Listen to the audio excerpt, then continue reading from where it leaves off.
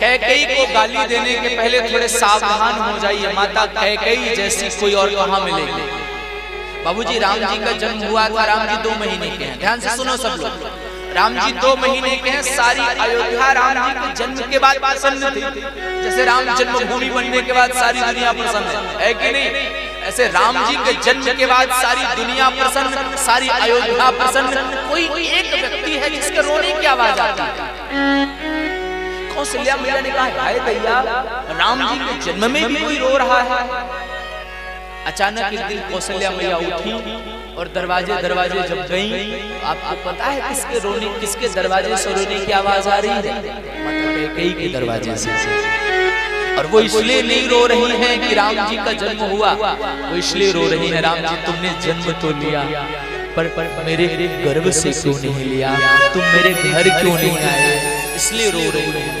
कैकेयी मैया की स्थिति को, मन स्थिति को कौशल्या माता समझ गई, अपने घर गई, अपने घर से राम जी को उठा करके लाई, दरवाजा खटखटाया, कैकेयी मैया दौड़ के बाहर आई, दरवाजा खटखटाया, पहले राम जी के लिए रो रही थी पर दरवाजा खोलने लगी तो आंसू पोंछ लिया। मेरी बात ध्यान रखना, सभी लोग मेरी बात ध्यान से सुनिए, 2 चीजें किसी के सामने मत करिए, अकेले में करिए और किसी को मत बताइए। 2 चीजें ध्यान से सुनो, नोट करके जाइए, पहले दिन मेरी बात, 2 चीजें किसी को मत बताइए। पहला तो अपना भजन, आप कितना भजन करते हैं किसी को मत बताइए, और दूसरा समझ गए भोजन, किसी को अपना भजन ना दिखाइए। आप किसी को दिखा के भजन करेंगे तो लोग कहेंगे देखो बड़ी पाखंड, एक नंबर की गुरुजी सबसे बड़ी धंडावर की पाखंडी यही है, पर देखो आपको देखकर कितना माला जाती है, यही कहेंगे लोग। अकेले में करिए, अकेले में करिए, आप भगवान का भजन अकेले में करो और भोजन अकेले में करा करो, दिखा के नहीं। किसी की शादी वादी में जाया करो तो कम से कम खाओ, आधा रसगुल्ला खाओ, ऐसे तोड़ के आधा खाओ, ऐसा नहीं 45 रसगुल्ला ठूसो, पूरा थाली भर लिया, बाद में कैमरे वाले भी इतना खतरनाक कि जिसकी थाली में रसगुल्ला सबसे ज्यादा हो उसी को दिखाते बार बार। 2 चीजें अकेले में करिए, भोजन और भजन, किसी को नहीं दिखाना है। कैकेयी मैया को लगा मैं मेरा भजन अपनी बहन कौशल्या को क्यों दिखाऊं, आंसू पोंछ लिए, बाहर आई, कहिए जीजी, कहिए जीजी, कहिए जीजी, आप रात को आई मेरे दरवाजे? हाँ, कैकेयी किसी के रोने की आवाज आ रही थी। मतलब कैकेयी ने कहा कौन रो रहा, कोई तो नहीं रो रहा, इतना कहना था। कौशल्या मैया राम जी को आंचल में छुपा के लाई थी, आंचल को हटाया, कैकेयी मैया ने राम जी का दर्शन किया, अभी तक तो संभाले रखा था, जो राम जी का दर्शन किया आंख से झरझर अश्रुपात होने लगे। मैं कल रुका था धनबाद में, नवीन चौबे जी के साले और सरहज के, नाम तो मैंने उनका पूछा नहीं, मैं भूल गया। स्टेशन रेलवे कॉलोनी में उनका कमरा है, मैं वहां रुका था। उन्होंने हमारे गोपाल जी का दर्शन किया, ऐसे फूट के रोने लगे, गुरुजी मेरा सौभाग्य होगा, इतना फूट के रोई।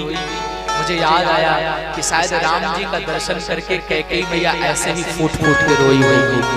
कैकेयी मैया रोने लगी, कौशल्या मैया की तरफ हाथ बढ़ा के कहा जीजी जब राम जी को हमारे दरवाजे तक लेकर के आए हैं तो कृपया करके राम जी को हमारी गोद में नहीं देंगे? कौशल्या मैया ने कहा जी जरूर लीजिए, राम जी को कैकेयी मैया की गोद में दे दिया। प्लीज बात नहीं करो, सब ध्यान से सुनो। कैकेयी मैया की गोद में दे दिया, कैकेयी मैया फूट के रोने लगी। राम जी आ तो गए हो गोद में, आ तो गए हो, पर वादा करो मुझे छोड़ के कभी नहीं जाओगे। अभी तो स्थिति खराब हो गई, अभी तक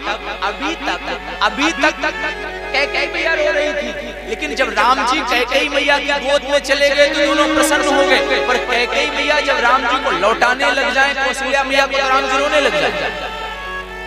बड़ी आप सब कौशल्या मैया क्या करें?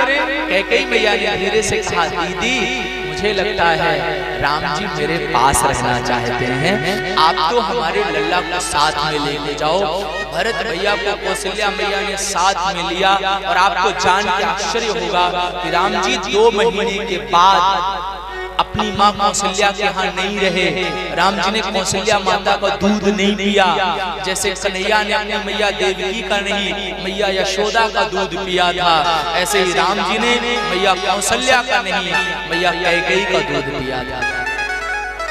राम जी बड़े होने लगे, साल भर के हुए, 1.5 साल के हुए, 2 साल के हुए, 2.5 साल के हुए। राम जी को दूध और भात बहुत पसंद है। राम जी आज दूध भात खा रहे हैं। कैकेयी मैया की गोद में बैठ के, आपका छोटा सा लल्ला होगा, आप भी खिलाती होंगी लल्ला को। कैकेयी मैया ने गोद में बिठाया, राम जी को दूध और भात खिला रही हैं। 2.5 साल के राम जी छोटे से हैं। मैया ने कैकेयी मैया को कहा, राम जी ने, मैया आप मुझसे कितना प्रेम करती हो। कैकेयी मैया ने कहा, मैं कैसे बताऊं, कोई पैमाना होता तो मैं कह देती कि इतना करती हूँ, कैसे मैं कहूँ, मैं इतना प्रेम करती हूँ राम जी आपसे, उतना प्रेम मैं अपने आप से भी नहीं करती जितना प्रेम आपसे करती हूँ। अच्छा राघव, अच्छा मेरी मैया, आप मुझे इतना प्रेम करती हो, मैं कुछ मांगूंगा तो आप दोगी? सब ध्यान से सुनो। राम जी ने कहा, मैया आप मुझसे इतना प्रेम करती हैं तो मैं आपसे कुछ मांगूंगा तो आप देंगी? कैकेयी मैया मुस्कुरा कर बोली, लल्ला तुम्हारे मांगने में ज्यादा वक्त लगेगा मेरे देने में। रघुकुल रीति सदा चली आई, प्राण जाहि पर वचन न जाई, प्राण जाई पर वचन न जाई। आप मांगिए राम, आपके मांगने में ज्यादा देर होगी, मेरे देने में देर नहीं है। राम जी मुस्कुराए, मैया आपने इतना जल्दी हाँ कह दिया, मैं मांग लूंगा, आप दे देंगी तो फिर पूरे अयोध्या के लोग आपको गाली देंगे। राम जी ने कहा, लोग गाली दें चाहे ताली दें, मुझे लोगों से मतलब नहीं है, मुझे तो मेरे राम से मतलब है। राम प्रसन्न रहने चाहिए, आप मांगिए। मैया मैं मांग लूंगा, आप दे देंगी तो फिर आज के बाद कोई भी अपनी बिटिया का नाम कैकेयी नहीं रखेगा। ध्यान से सुनो, आजकल आपको सुमित्रा नाम मिल जाएगा, कौशल्या नाम मिल जाएगा, पर गलती से भी कोई व्यक्ति अपनी बिटिया का नाम कैकेयी, आपने सुना कभी? राम जी ने कैकेयी मैया को कहा, माँ आपने दे दिया तो लोग कैकेयी नाम नहीं रखेंगे। राम जी कैकेयी मैया ने कहा, मुझे नाम से मतलब नहीं है ना, मुझे नाम से मतलब नहीं है ना, मुझे नाम से नहीं, मुझे तो श्री राम से मतलब है। लल्ला आप मांगो।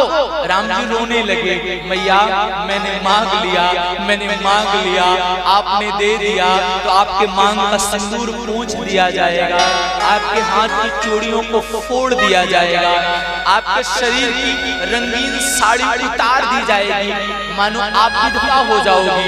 इतना सुनना था, धड़ाम से बेहोश होकर के कैकेयी मैया गिरने लगी। राम जी ने संभाला, माँ आप तो बेहोश हो रही हैं, आपने कहा था प्राण जाई पर वचन न जाई। कैकेयी मैया ने कहा, हाँ सही है, कोई बात नहीं है, कोई बात नहीं है। क्या भक्ति है कैकेयी मैया के साथ, कौन कह पाएगा ऐसा? कैकेयी मैया कहती है, कोई बात नहीं, मैं विधवा होती हूँ, एक जन्म नहीं कई जन्मों तक भी मुझे राम के लिए विधवा होना पड़े, मैं होऊंगी, बस मेरे राम के चेहरे पर मुस्कुराहट बनी रहना चाहिए। यह है राम के माँ कैकेयी की भक्ति। यहाँ तक तो ठीक था, यहाँ तक तो ठीक था, करना क्या है मुझे? राम जी ने कहा, मैया मांगू, मैया मांगू, मांगो लल्ला। राम जी ने कहा, सुनो मैया, जब मेरा मिथिला में विवाह हो जाए, मैं विवाह करके मिथिला से वापस आ जाऊं, मुझे अयोध्या का राजा बनाया जा रहा हो, उस समय आप मेरे लिए कितने साल का वनवास मांगना? कितने साल का? 14 वर्ष राम वनवास। आप मेरे लिए 14 वर्ष का वनवास मांग लेना। यहाँ तक तो कैकेयी मैया ने संभाला था, लेकिन जैसे कहा राम जी ने कि मेरे लिए 14 वर्ष का वनवास मांग लेना, कैकेयी मैया फूट फूट के रोने लगी। लल्ला लल्ला कुछ और मांग लो, तुम्हारे लिए मैं जब वनवास मांगूंगी तुम वनवास को जा रहे होगे, तुम बाद में जाओगे, मेरे प्राण पहले निकल जाएंगे। राम जी ने कैकेयी मैया को कहा, आपने वचन दिया है, आपको देना पड़ेगा। कैकेयी मैया ने कहा, ठीक है, मैं आपके लिए 14 वर्ष का वनवास मांगूंगी। अब आप बताओ, वनवास कैकेयी मैया ने मांगा था कि राम जी के कहने पर मांगा था? कैकेयी माता की इच्छा नहीं थी। 14 वर्ष का वनवास मांगने की इच्छा किसकी थी? राम जी की थी। एक बार कहिए जय सीताराम। तो ये राम कथा है साहब, ये राम